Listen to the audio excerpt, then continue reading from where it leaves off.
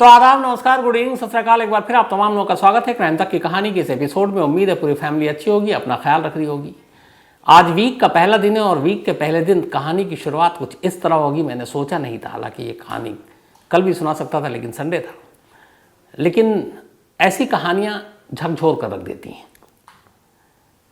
देश की राजधानी दिल्ली, इस वक्त उसकी पॉपुलेशन जो आबादी है करीब 2 करोड़ है। मतलब 2 करोड़ लोग इस दिल्ली में रहते हैं और इन 2 करोड़ लोगों की सुरक्षा की जिम्मेदारी करीब 90,000 दिल्ली पुलिस के लोगों पर है। 90,000 पुलिस वाले, 2 करोड़ की आबादी। देश के सबसे ताकतवर लोगों का घर है दिल्ली, चाहे वो प्रेसिडेंट हो, प्राइम मिनिस्टर हो, जितने भी, होम मिनिस्टर हो, पॉलिटिकल हेडक्वार्टर है, पार्लियामेंट है। अब इसी दिल्ली में, देश की राजधानी में, 2 करोड़ लोगों की आबादी वाले इस शहर में एक लड़का पूरे 18 दिनों तक ठीक रात 2 बजे अपने घर से निकलता है। अपने पीठ पर एक पिट्ठू बैग रखता है। उस बैग के अंदर कुछ पॉलीथिन है और वो बेखौफ, बिना किसी के डर के, ना पुलिस का खौफ, ना लोगों का कि 2 बजे कोई रोक ले, टोक ले, कोई तलाशी ले, और वो इधर उधर सुनसान इलाका ढूंढता है। कभी जंगल जाता है, कभी किसी और सुनसान इलाके में जाता है। फिर बैग से वो पॉलीथिन निकालता है, फेंकता है, वापस घर लौट आता है। आने के बाद आराम से सो जाता है। अगले दिन फिर यही काम करता है, उठता है, पॉलीथिन लेता है, बैग लेता है, अब नए इलाके में पहुंचता है, नए इलाके की तलाश करता है। फिर बैग से कुछ चीज़ें निकालता है, फेंकता है, घर लौट आता है। फिर तीसरे दिन भी यही करता है, फिर चौथे दिन भी यही करता है। इस दौरान में जब उसे भूख लगती, जोमेटो को ऑर्डर करता, खाना मंगाता, खाना खाता। उसी घर में जिस बेडरूम है वहीं पे फ्रिज है, उसी फ्रिज से पानी निकाल कर पीता, उसी फ्रिज से दूध निकाल कर चाय बनाता, और उस फ्रिज में बाकी भी सामान रखे हुए हैं कुछ। 18 दिनों तक ये सिलसिला चलता रहता है और किसी को भनक तक नहीं लगती। 18 दिनों तक एक लड़का हर रात ठीक 2 बजे निकले और 2 से 3 के दरमियान में इधर उधर जाए, कुछ चीज़ें फेंके और चलाए। कभी न पुलिस, न पीसीआर की गाड़ी, न बैरिकेड, न किसी ने टोका रोका। ये देश की राजधानी का हाल है। अब उस बैग में क्या, वो लड़का क्या, ये पूरी कहानी, एक झकझोरने वाली कहानी आपके सामने है। कहानी शुरू होती है, हालांकि ख़त्म दिल्ली में हुई, शुरू होती है मुंबई से, और मुंबई से भी पहले पालघर से, महाराष्ट्र में। महाराष्ट्र में एक परिवार रहा करता था, विकास, जो इस परिवार के मुखिया थे, और इनका नाम था विकास वॉलकर। विकास वॉलकर इलेक्ट्रॉनिक शॉप थी इनकी, सर्विस का भी काम करते थे। परिवार में इनकी एक पत्नी सुमन, एक बेटी जिसका नाम श्रद्धा, 27 साल उम्र, और एक बेटा जिसकी उम्र 23 साल। 2018 में श्रद्धा नौकरी की तलाश में मुंबई पहुंचती है, पालघर को छोड़कर। इधर पालघर में जो पिता है वो अपनी बीवी और ये दोनों, बेटी और बेटा, से अलग रहते हैं।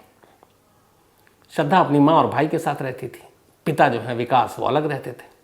2018 में वो मुंबई आती है। मुंबई के मलाड में आखिरकार कुछ अपने दोस्तों की जान पहचान से एक मल्टीनेशनल कंपनी के कॉल सेंटर में उसे नौकरी मिल जाती है। अब वो मुंबई के मलाड में ही एक किराए का कमरा लेती है और वहाँ रहने लगती है और अपना कॉल सेंटर में काम करती है। इसी कॉल सेंटर में आफ्ताब नाम का एक और लड़का काम करता है, आफ्ताब पुणे वाला, और यहीं दोनों की मुलाकात होती है। पूरा नाम है आफ्ताब अमीन पूनावाला। इसकी उम्र करीब 30 साल। तो इसी कॉल सेंटर में मलाड के आफ्ताब काम कर रहा होता है पहले से। बाद में श्रद्धा आती है। करीब 8-9 महीने बीतते हैं। इन 8-9 महीने के बीच में आफ्ताब और श्रद्धा दोनों आपस में बातें करते हैं, धीरे धीरे दोस्ती होती है और फिर प्यार हो जाता है। प्यार हो जाने के बाद, चूंकि श्रद्धा के घर वाले पालघर में, वो मुंबई में, इसी दौरान में एक रोज़ घर पहुंचती है श्रद्धा पालघर, और अपनी माँ को बताती है कि एक लड़का है आफ्ताब, जिसे उसके साथ उसे प्यार हो गया है, और अब दोनों वहीं मलाड में एक घर में, लिव इन में, दोनों एक ही कमरे में रह रहे हैं, और मैं उससे शादी करूंगी। माँ ने समझाया कि ऐसा नहीं हो सकता, हमारा परिवार, ख़ानदान इसकी इजाज़त नहीं देगा। इंटर रिलीजन मैरिज है, वो मुस्लिम है, तुम हिंदू हो, कास्ट भी जो है वो अलग अलग है। बात पिता तक पहुंची। विकास ने भी इस बात का विरोध किया, पर वो मानी नहीं। उसने झगड़ा किया, अपना सारा सामान उठाया, और उसने कहा आज के बाद ये सोच लेना कि तुम्हारी कोई बेटी नहीं है। 2019 की बात है ये, शुरुआत की। और अब श्रद्धा वापस मुंबई आ जाती है। अब वो मुंबई में आफ्ताब के साथ लिव इन में रहने लगती है। माँ बाप गुस्सा थे, कुछ वक्त तक बेटी से बात नहीं की, लेकिन माँ होती है। माँ ने 1-2 बार उसको फ़ोन मिलाया, श्रद्धा ने भी बात की, माँ ने फिर समझाया, पर वो मानी नहीं।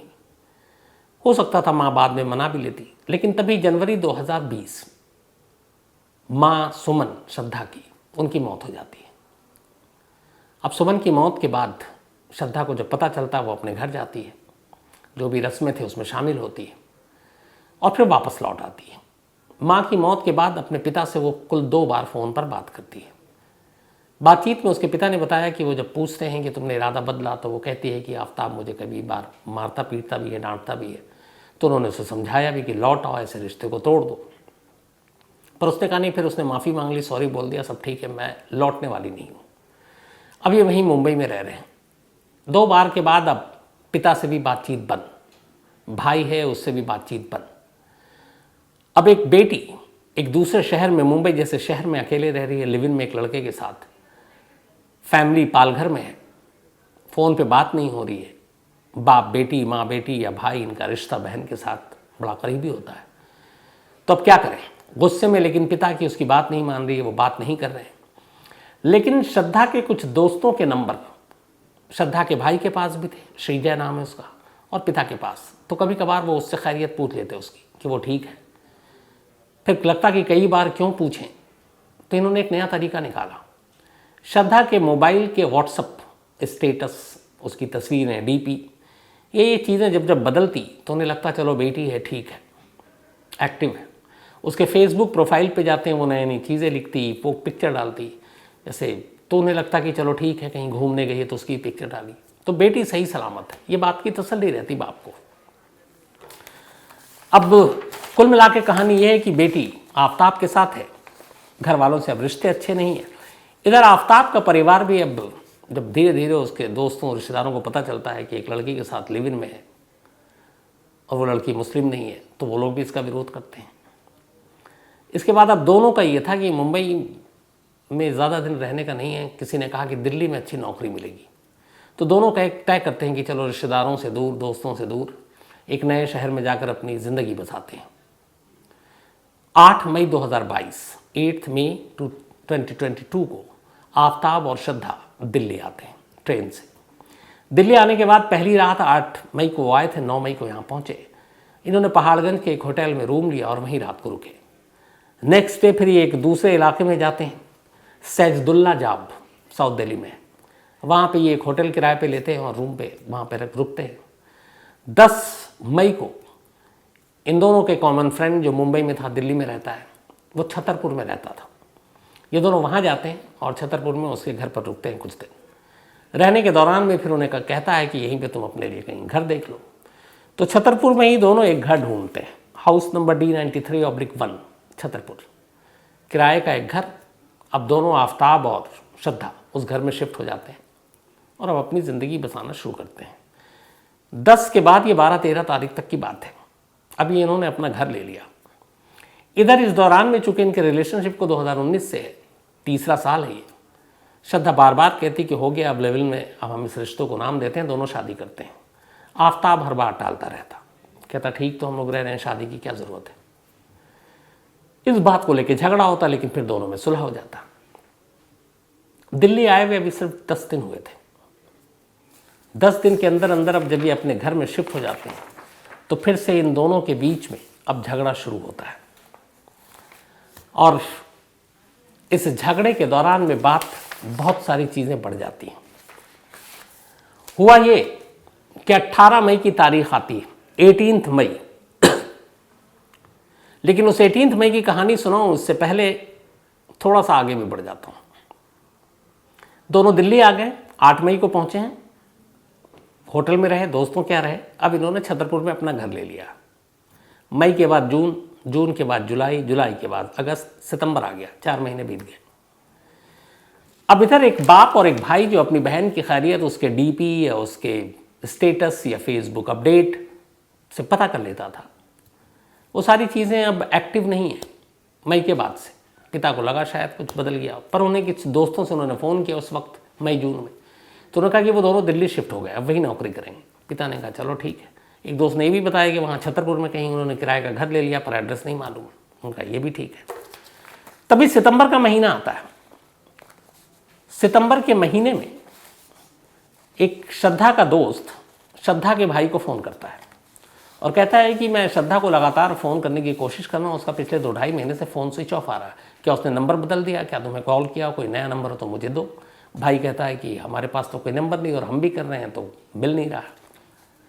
भाई घबराता है, वो अपने पिता को बताता है। अब विकास, उनके पिता श्रद्धा के, वो उस दोस्त का नंबर लेकर खुद बात करते हैं। कहते क्या तुम्हारी कब से बात नहीं हुई?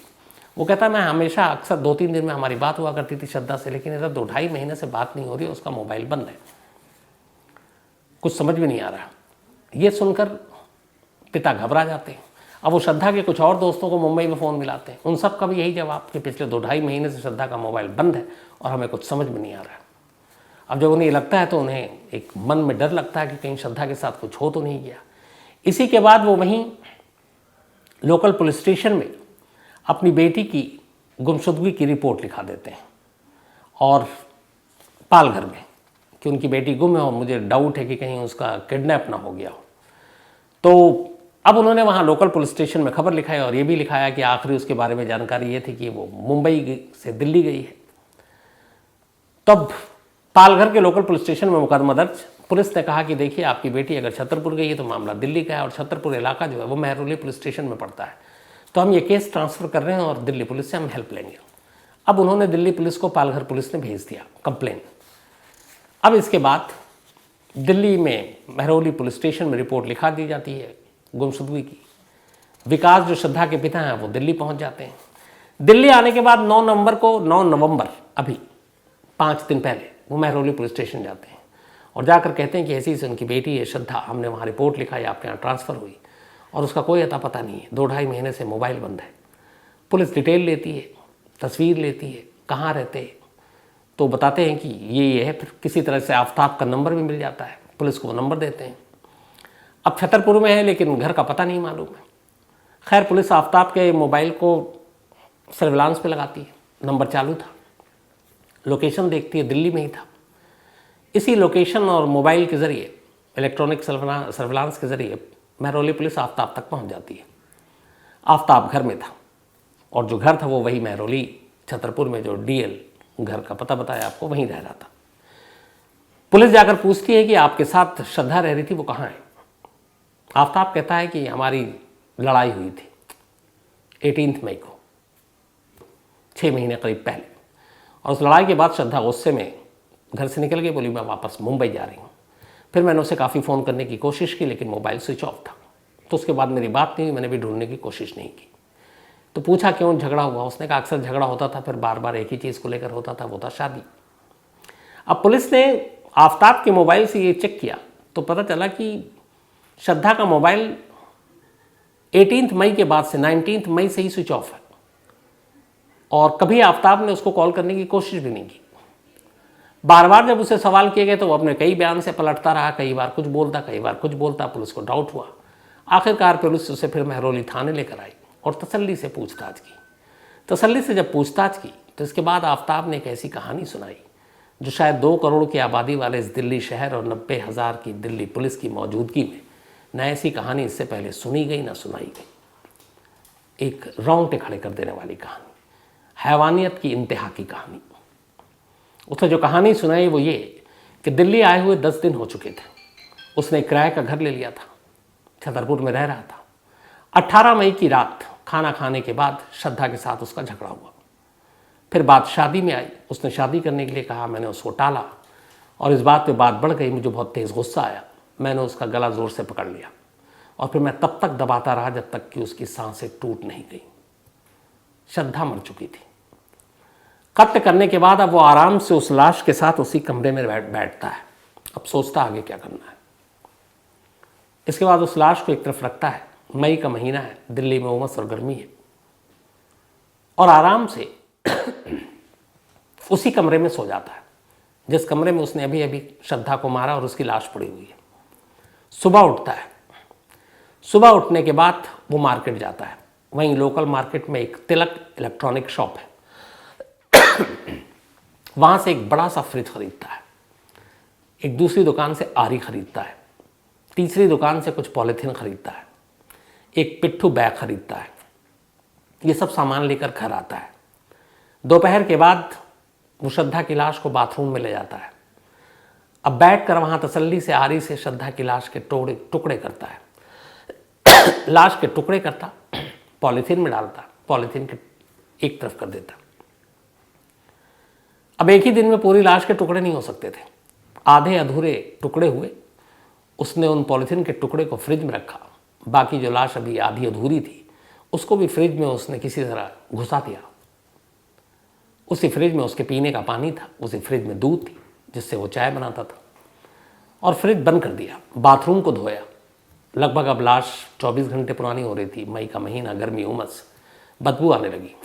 उसने बाथरूम को धोया, पूरा बाथरूम को। इसके बाद परफ्यूम पूरे कमरे में दरवाजे पर छिड़का ताकि बाहर बदबू ना जाए। फिर जोमेटो को ऑर्डर किया, खाना मंगवाया, खाना खाया, उसी फ्रिज से पानी निकाली जिस फ्रिज में लाश के टुकड़े हैं, और इत्मीनान से सो गया कुछ देर के लिए। ठीक रात 2 बजे वो घर से निकलता है, 19 मई। कुछ टुकड़ों को एक पिट्ठू बैग में डालता है, बैग को कांधे पर डालता है, दरवाज़ा लॉक करता है, घर से बाहर जाता है पैदल। पैदल जाने के बाद वहाँ से थोड़ी दूरी पर महरौली का जंगल शुरू होता है। कुछ लोग टकराए भी, किसी ने पूछा नहीं, लोग आ जा भी रहे थे, लेकिन लोगों की भीड़ कम थी। महरौली जंगल सुनसान। वहाँ से उसने बैग खोला, पॉलीथीन निकाली और जंगलों के बीच में उसे उछाल कर फेंक कर वापस घर आ गया। घर आया, बैग रखा, सो गया। अगले दिन सुबह उठता है, उसे फ्रिज से दूध निकालता है, चाय बनाता है, चाय पीता है, नाश्ता करता है, फिर लग जाता है बाथरूम में बैठकर उनको टुकड़ों को करने के लिए। टुकड़े करता है, फिर पॉलीथीन में डालता है, फिर बाकी हिस्सा फ्रिज में रखता है, फिर जोमेटो से ऑर्डर देता है, खाना मंगाता है, खाना खाता है। अब रात 2 बजे का इंतज़ार कर रहा होता है, फिर 2 बजता है, फिर कुछ टुकड़ों को बैग में डालता है, निकल पड़ता है। इस बार महरौली जंगल के अलावा कोई दूसरी सुनसान जगह देखता है, एक सुनसान जगह है, वहाँ पर भी ले जाकर टुकड़ों को उछाल देता है पॉलीथीन समेत। फिर घर आता है, फिर सो जाता है। 18 मई से लेकर 5 जून तक ये सिलसिला चलता रहता। 18 मई के बाद 19 मई से उसने शुरू किया था बाहर निकलना, और 5 जून आखिरी किश्त उसने फेंकी थी। 19 मई से लेकर 5 जून, और रात टाइम चुना था ठीक 2 बजे का। हर रात 2 बजे ही निकलता वो। महरौली के जंगल, छतरपुर, आसपास के, और कभी एक जगह पर नहीं फेंकता, अलग अलग है। उसे ये था कि अगर कभी कोई कहीं किसी के हाथ टुकड़ा लग भी जाए तो लाश की असलियत नहीं पता चले, और तब तक पता नहीं चलेगी जब तक टुकड़ों एक ना हो। तो फेंकता रहा, बेखौफ रात को निकलता रहा लाश के टुकड़ों के साथ। कभी डर नहीं लगा कि पुलिस पकड़ लेगी या लोग पकड़ लेंगे, तलाशी होगी। लेकिन 19 मई से लेकर 5 जून तक, 18 दिनों तक वो श्रद्धा के लाश के टुकड़ों को दिल्ली के अलग अलग इलाकों में फेंकता रहा, और आकर वैसे ही नॉर्मल ज़िंदगी जीता रहा। इन 18 दिनों में उसने अपने किसी पड़ोसी से, किसी से कोई बात नहीं की। 5 जून को जब सारी लाश की किस्त खत्म हो गई, फिर उसने फ्रिज को साफ किया, और उसके बाद उसी जगह रहने लगा। हौसला इतना उसका कि उसे ये यकीन था कि शायद कभी उस तक पुलिस नहीं पहुंचेगी, कभी वो पकड़ा नहीं जाएगा, इसलिए उसने उस फ्रिज को भी डिस्ट्रॉय नहीं किया। पढ़ा लिखा था, उसे मालूम है कि फॉरेंसिक एविडेंस इस फ्रिज से कलेक्ट हो सकता है, बट ओवर कॉन्फिडेंस और खौफ का ना होना, वो आराम से उसी घर में रहा। 6 महीने बीत गए। 18 मई को कत्ल किया था, और अभी 13 जून, कल की बात है ये। लगभग 6 महीने किसी को कानो कान खबर नहीं हुई कि दिल्ली में एक लड़की का कत्ल हुआ। उस लड़की का एक घर के अंदर उसकी लाश के टुकड़े हुए। उस लड़की के उस लाश के टुकड़ों को 18 दिनों तक एक शख्स हर रात 2 बजे लेकर निकलता रहा और फेंकता रहा दिल्ली के अलग अलग इलाकों में, और लोग तो छोड़िए, पुलिस तक को इसकी भनक नहीं लगी। एक पिता को जब ये पता चला कि उसकी बेटी का मोबाइल बंद है उसके एक दोस्त से, तब उसने खोजबीन शुरू की, और ये खोजबीन आकर महरौली पुलिस स्टेशन में ख़त्म हुई, और तब कहीं जाकर ये सारा सच सामने आया। 5 दिन की पुलिस रिमांड में भेजा गया है आफ्ताब को। पुलिस उसे लेकर लगातार उन जगहों पर जा रही है जहाँ जहाँ उसने लाश के टुकड़े फेंके हैं। लेकिन दिक्कत यह है कि 6 महीने हो चुके हैं। वो मई का महीना था, और मई, जून, जुलाई बहुत गर्मी, उसके बाद फिर बरसात, और ऐसी ऐसी जगहों पे जहाँ जंगली जानवर भी होते हैं, उन टुकड़ों का मिलना मुश्किल है। शायद कुछ टुकड़े शायद मिले भी हैं, कुछ हड्डियाँ मिली हैं, फॉरेंसिक जांच के लिए भेजी गई है। पुलिस ने उस फ्रिज को अपने कब्जे में लिया, फॉरेंसिक जांच के लिए भेज दी, उससे पता चल जाएगा, क्लियर हो जाएगा। जो कुछ हड्डियाँ और बाकी चीज़ें मिली है उसके डीएनए से भी पता चल जाएगा कि ये लाश श्रद्धा की है। और आफ्ताब इस वक्त दिल्ली पुलिस की हिरासत में है। अब यहाँ पे कई चीज़ें हैं। एक, हमेशा एक कहते हैं माँ बाप बच्चों से कि तुम्हारी भलाई के लिए कह रहे हैं, तो अगर माँ बाप की बात सुन ले बच्चे तो बहुत सारी चीज़ें ना हो, पहली चीज़। दूसरी, ऐसे बहुत सारे इंसिडेंट, ऐसे बहुत सारे वारदात वाक़े मैंने सुना है आपको इसी कहानी में, और मैं खुद सुनता हूँ, कवर किया एज ए क्राइम जर्नलिस्ट, जहाँ पे रिश्तों के लेके खून होता है। पति पत्नी के बीच में कोई और, गर्लफ्रेंड बॉयफ्रेंड, लिव इन में रहने वाले। एक बड़ा सिंपल और सीधी सी चीज़ है। दो इंसान जब रिश्तों में होते हैं तो दोनों एक साथ मर्जी से आते हैं, दोनों एक दूसरे को मर्जी से पसंद करते हैं, एक दूसरे को मर्जी से प्यार करते हैं, रहने का फैसला उनकी मर्जी से होता है। तो अगर न रहना हो, अलग होना हो, डिवोर्स लेना हो, या फिर एक दूसरे से रिश्ता ख़त्म करना हो, तो क्या इसमें दोनों की मर्जी से इस मसले का हल नहीं हो सकता? किसी की जान लेने की नौबत क्यों आनी चाहिए? इस केस में भी अगर शादी की बात थी, नहीं थी, और वो जिद कर रही थी, आफ्ताब ये भी कर सकता था कि ठीक है मैं नहीं रहूँगा तुम्हारे साथ और नहीं करूँगा शादी, तुम्हें जो करना कर लो, और अलग होना है। अब बाकी केस, कानून, बाकी चीज़ें देख लेते हैं, लेकिन उसे जान लेने का हक। और इस बेदर्दी से, एक तो पहली चीज़ कि जिसके साथ आप लगभग 3-4 साल से रिलेशन में हो, जिसके साथ आपने प्यार किया, कैसे वही इंसान उसी शख्स का एक तो कत्ल कर सकता है और फिर यूं हैवानियत की तरह उसके लाशों के टुकड़े कर सकता है? सोच से परे की चीज़ है। लेकिन अफसोस की बात यह है कि हमारे इर्द गिर्द, हमारे समाज में, अलग अलग शहरों में, इस देश में, दुनिया में ऐसे वाक्य सुनने को मिलते रहते हैं और ऐसा होता है। फिर वही बात होगी, कड़ी से कड़ी सज़ा मिलनी चाहिए, इसके लिए कोई और रहम की गुंजाइश नहीं होनी चाहिए।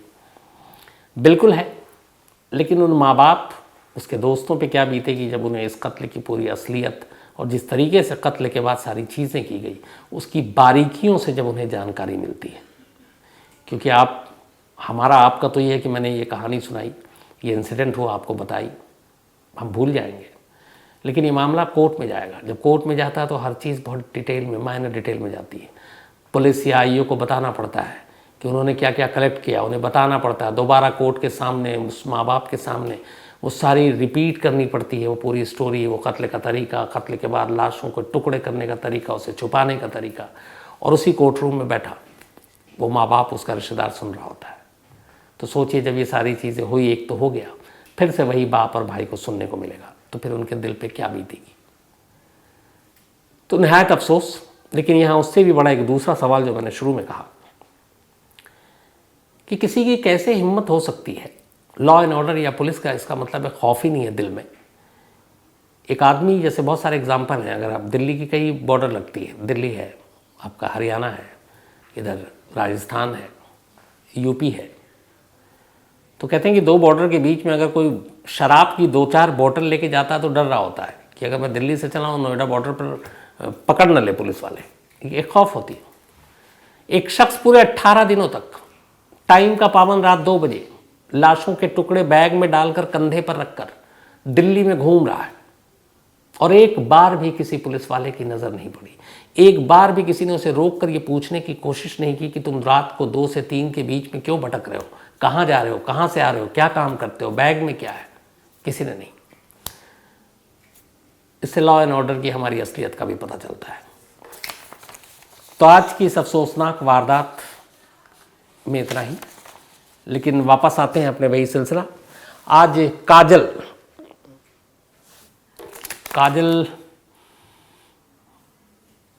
का बर्थडे है और ये बहन है सुभाष की, तो हैप्पी बर्थडे काजल। काजल मलार है इनका नाम। साथ ही नवीन नागरकोटी का भी आज बर्थडे है, तो हैप्पी बर्थडे नवीन। इसके अलावा रबीउल हसन, इनका भी आज जन्मदिन है, हैप्पी बर्थडे रबीउल। और मुशीरुल हसन ने भेजा है। राम वर्मा का भी आज बर्थडे है, तो हैप्पी बर्थडे राम। और आशीष वर्मा ने भेजा है, उनके बेटे हैं। इसके अलावा ऐश्वर्या, इनका भी आज बर्थडे है, तो हैप्पी बर्थडे ऐश्वर्या। और ये देव एलियस दीपक मोरखाडे की वाइफ है। साथ ही पूजा गौरंग, बल्कि पूजा गुरुंग, इनका भी आज बर्थडे है, तो हैप्पी बर्थडे पूजा। और ये अनु और गुरंग खराज, उन्होंने भेजा है। साथ ही विद्या ठुकराल जी, इनका भी आज जन्मदिन है, तो हैप्पी बर्थडे विद्या जी। और ये सुशांत गंभीर की मम्मी है। इसके अलावा सूरज शर्मा की पत्नी का आज जन्मदिन है, तो हैप्पी बर्थडे सूरज शर्मा जी, आपकी वाइफ का। और आपने अपनी वाइफ का नाम नहीं लिखा, तो आप झेलिए। इसके अलावा प्रतीक श्रीवास्तव, इनका सैटरडे को बर्थडे था, तो बिलेटेड हैप्पी बर्थडे प्रतीक जी।